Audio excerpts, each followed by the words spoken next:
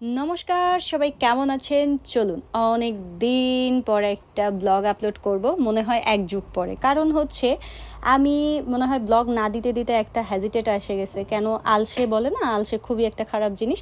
সকালবেলায় আমি একটু চিয়া সিড এবং কফি খেয়ে নিলাম, তারপরে দুপুরবেলাতে আমার ছেলেকে ভাত এবং ডিম ভাজা। কারণ এরপরে ওর বাবা তো সকালেই অফিসে চলে গেছে, আজকে ছেলে স্কুলে যায় নাই, কারণ হচ্ছে ওর মেডিকেল চেক আপ ছিল। এটা হয়তো বা আমি প্রতি বছরই আপনাদের সাথে শেয়ার করি, এবছরে হচ্ছে নতুনভাবে, কারণ এবারে ও 3 বার্থডে কমপ্লিট করলো। কারণ হচ্ছে ওর এই মেডিকেল চেক আপটা স্কুল থেকেই হয় প্রতি বছরই ওদের রেজিস্ট্রেশন করা থাকে। ও ফার্স্ট যে বছর ভর্তি হয়েছিল ওই বছরে আসলে পায়নি, কারণ ও ডিসেম্বরে ক্লাস করেছে সে কারণে।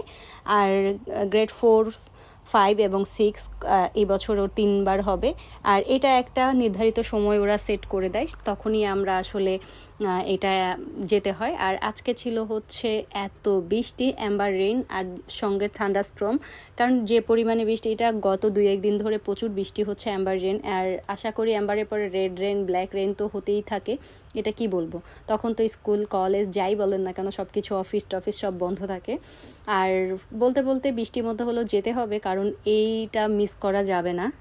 আর এই টাইপের ব্লগ আমি আগের বছরও শেয়ার করেছিলাম। আর এবছরে আসলে ওদের এই চেক আপটা বেসিক্যালি হয় যে ওদের ডে বাই ডে ওরা পরিবর্তন হচ্ছে, দেন হচ্ছে ওদের ফিজিক্যালি বলো, মেন্টালি বলো, এগুলো নিয়েই আসলে ওদের ডক্টর ফলো আপ থাকে।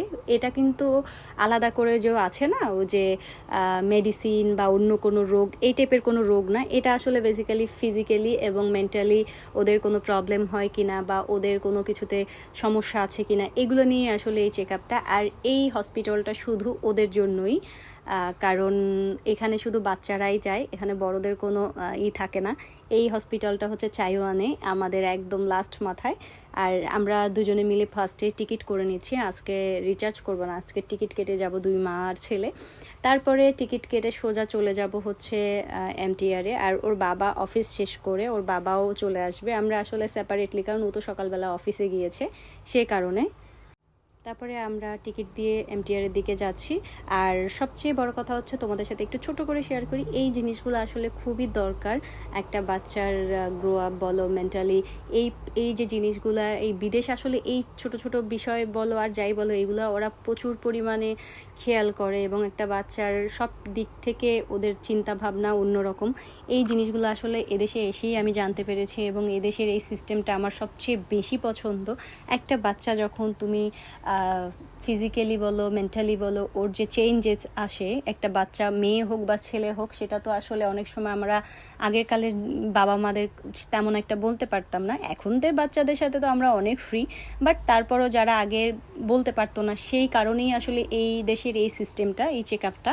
আর এইটাতে অনেক হেল্পফুল একটা জিনিস, যেটা আসলেই অনেক অনেক অনেক হেল্পফুল, যেটা আমি বরাবরই বলি।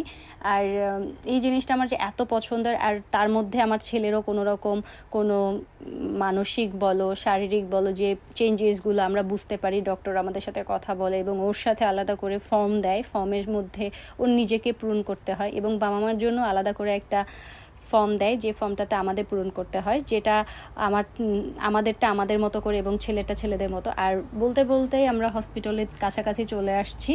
আর সত্যি কথা, চারপাশে ফুল, বৃষ্টি, ভালোই লাগতেছে, কিন্তু বিশ্বাস করো অনেক বৃষ্টি ছিল আজকে সারা দিন, আর রাতেও মনে হয় অনেক বৃষ্টি হবে।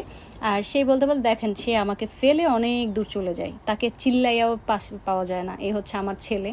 যাই হোক, আর আমরা যে ওর যে চোখের প্রবলেমটা, সেটাও আসলে আমরা এ দেশে আসার ওই গত বছর চেক আপের সময় ওর চোখের প্রবলেমটা ধরা পড়েছে, এবং এটাও জানতে পেরেছি। বললাম না, কিছু কিছু জিনিস ওরা প্রচুর পরিমাণে খেয়াল করে, যে প্রবলেমগুলো শুরু হয় বাই হয়। আর এই হচ্ছে হসপিটাল, এখানের পরে আর কোনো ভিডিও ক্লিপ নিতে পারবো না, এটাতে রেস্ট্রিকশন আছে, এতটুকুই থাকবে।